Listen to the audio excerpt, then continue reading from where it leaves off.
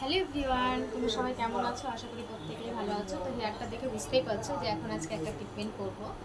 তো এটাতে একটা ট্রিটমেন্ট হবে। চুলটা হচ্ছে স্মুথ করেছিল, সে অনেক দিন হয়ে গেছে, কিন্তু চুলটা প্রচণ্ড, যে চুলটা দেখো আমি কত কাছ থেকে দেখাচ্ছি, চুলটার ভেতরে হাত দিচ্ছে, একটা স্মুথ যে ভাবটা সেই ভাবটা নেই। তো সেই চুলটাকেই হচ্ছে না স্মুথিং করব, না হেয়ার স্ট্রেট করব, এইগুলো না করে হেয়ারে আলাদা রকমের একটা স্ট্রেট ভাব চলে আসবে, প্লাস হচ্ছে তার সঙ্গে হচ্ছে একটা সুন্দর একদম স্মুথ চলে আসবে। আর তোমরা সঙ্গে থেকো, আমি পুরোটাই দেখাবো। টাটা। আর হচ্ছে কেমন রেজাল্ট পেলো সেটা হচ্ছে দিদি ভাইও তোমাদের সঙ্গে শেয়ার করবে। চলো